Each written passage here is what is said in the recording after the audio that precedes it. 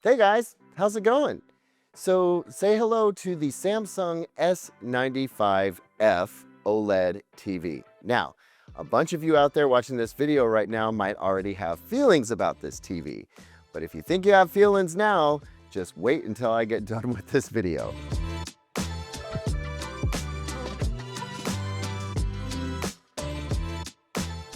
Welcome back everyone, I'm Caleb Dennison and we are at Samsung's super secret facility somewhere on the East Coast doing what we've been doing for the past, 4 or 5 years, visiting to get an early look at Samsung's flagship television. So you're going to see videos about the flagship 8K Neo QLED, that would be the QN990F, outfitted with some anti-glare technology. You're going to see a video about the flagship 4K Neo QLED TV, that would be the QN90F, and we're here now with the flagship OLED TV, the Samsung S95F. Now, unlike the anti-glare, anti-reflection technology that's implemented on those other two flagship TVs, this happens to be a Quantum Dot OLED. So along with the anti-glare, anti-reflection, we also have a panel that has a slight purplish tinge to it if a lot of light shines on the TV. And so people have feelings about that. For one thing, they'd like to see something that represents truer black, they say, at least in certain conditions. And then also there's a little bit of discussion around whether having an anti-glare or matte finish on the screen is a net benefit or a net negative to folks who want the absolute best picture quality that you can get. Now, I'm going to speak to those somewhat divisive factors toward the end of this video. For now, I want to focus on what this TV is doing exceptionally well, because there is quite a lot of it. Now, while Samsung is not talking about what panels are being used in its OLED TVs, and that's partially because some of the TVs use Quantum Dot OLED panels and some of them use WRGB OLED panels, depending on the series and the size of the TV, I can tell you that the S95F does appear to use the latest generation Quantum Dot OLED panel that's manufactured by Samsung Display. And as such, it is now the brightest Quantum Dot OLED panel that you can get. And we were able to verify that with our own measurements, as well as measurements provided by Samsung, which indicate that it's doing anywhere from 2100 to 2250 nits, peak brightness in a white 10% window. Now, what does that mean? Well, it means that it is conclusively one of the brightest OLED televisions that you can buy. While it is true that competitors are catching up, one of the things this TV does exceptionally well is very high and very pure color brightness, and that color brightness has never been higher and purer than before. So we can expect very bright peak highlights. We have not measured this TV full field white. We just simply didn't have time to give it the run that we wanted to and test it both while it was cool and also while it was hot. That's something that we're going to save for the full review. What I can say is that the highlights look exceptionally sparkly on this television. And even just looking at the color tiles that we tested, the color purity and color brightness on this TV is immediately evident. What that means for you is that this is one of the most bright and colorful televisions that you can buy today. Not only that, but this TV is testing extremely accurately in the filmmaker mode preset. Everything from the color accuracy to the EOTF HDR tracking to the grayscale measurements, all of it looks exceptionally good. We got a delta E of 1.4 on average from the grayscale, and that's the out-of-box filmmaker mode. Color errors all well below 2 straight out of the box. That kind of thing. It's just an exceptionally accurate TV in filmmaker mode. Now, if you move it into its movie mode, it tracks very high on the EOTF. That means it's going to raise the average brightness level higher than it should be, which is technically not accurate, but is very handy for viewing darker content in brighter environments, and that is something that pretty much everybody needs from time to time. In other words, if you're watching Game of Thrones or House of Dragon in anything other than a pitch black room, you're going to be able to see details in those dark scenes that you simply couldn't if you were watching in filmmaker mode. Now, obviously, we didn't have a ton of time to test this TV, but using the footage that we test so many TVs with, Processing looked pretty solid. I haven't been able to test a ton of upscaling. I did watch some free ad-supported streaming TV, fast TV stuff that's at a very low resolution and bit rate, and it looked pretty solid. Motion also seems really good on this TV, though admittedly I didn't get to watch any sports while I was here. So that is something we'll want to check into more deeply for the full review that we'll have for you in a couple weeks once this video actually comes out. Also, while we're talking about Samsung TVs, I'm really pleased to report that Samsung has made some notable improvements to its, well, it's based on Tizen, but it's part of the One UI interface family. So if you use a Samsung Galaxy phone or tablet, you're probably familiar with that interface already. The new Samsung TV interface is more closely linked with those experiences, but more meaningfully for the average consumer is that there are more controls on this TV to make it operate more like you'd like it to. One of the big ones for me is that you can change how the home screen operates. So if we dig into the settings a little bit, we can actually make sure that this TV doesn't launch immediately into Channels Plus, that free ad-supported streaming TV stuff.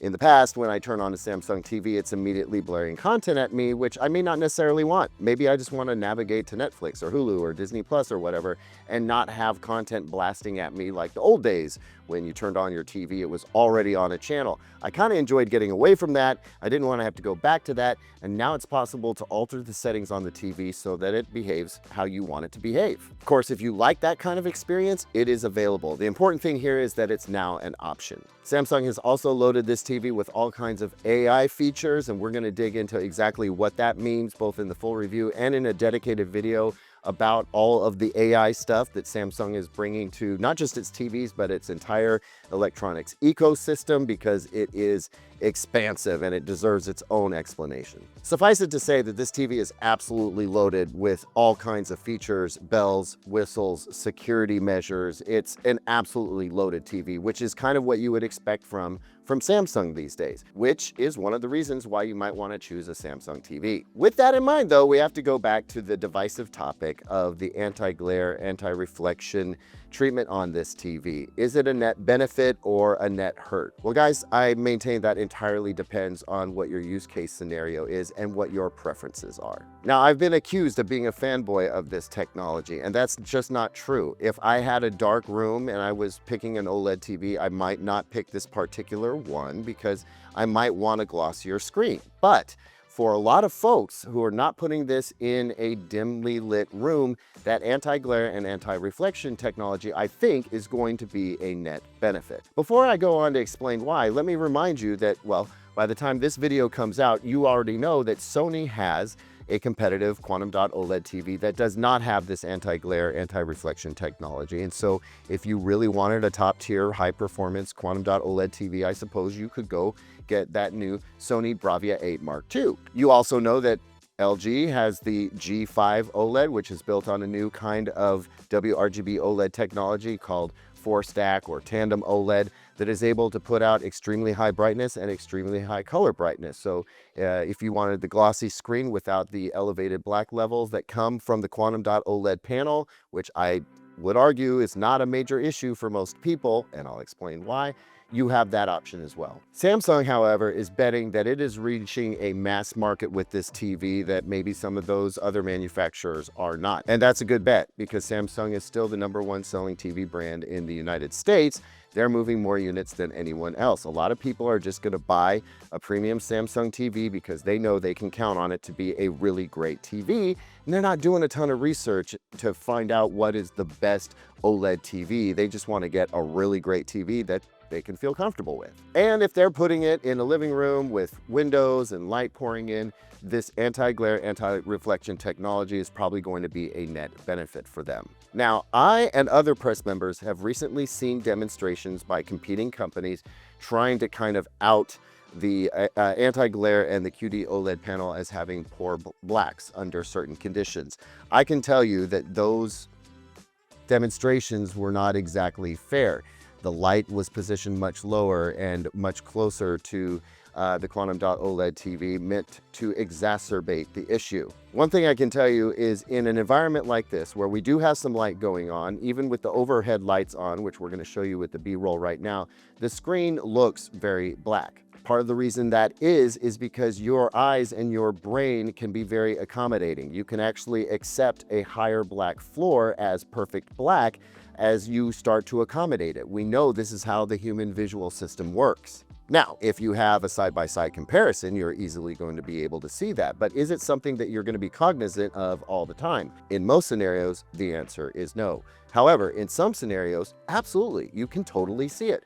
We have lit up our studio and we have seen it ourselves. But in an environment like this, well, let me just put my video team on the spot. Doug, Angelo, how black is that TV? It's pretty black. They say it's pretty black, and that's because it is. John Higgins with Digital Trends also agrees. It's pretty stinking black. So I think that much hay is being made about this divisive anti-glare technology and the nature of the QD OLED panel. And I understand why, because folks who are extreme enthusiasts about these TVs really want to get exactly what they want. And I understand if they want the flagship Samsung Quantum Dot OLED TV with a glossy screen. Unfortunately, if you want that glossy screen, you're going to need to step down to the S90F, which maintains a glossy screen. And if you want the QD OLED panel, make sure that you're sticking to the 55, 65, or 75-inch variants that indeed do have the Quantum Dot OLED panel. If you look at the TV market at large, having variety is extremely important. Samsung wanted to find a niche, and I think they definitely did. And while this choice may alienate some of us, from Samsung's business standpoint, this is probably a smart move, and they're probably going to sell a lot of these TVs because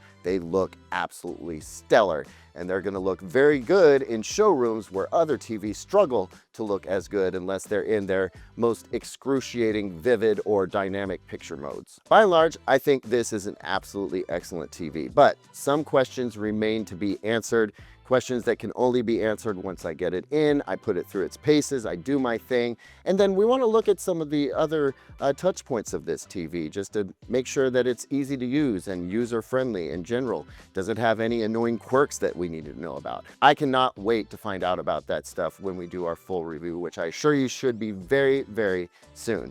Until then, I hope you've enjoyed this little preview of this television. I still think it's one to watch for this year. It's going to be in the running for the best TV of the year, no doubt about it.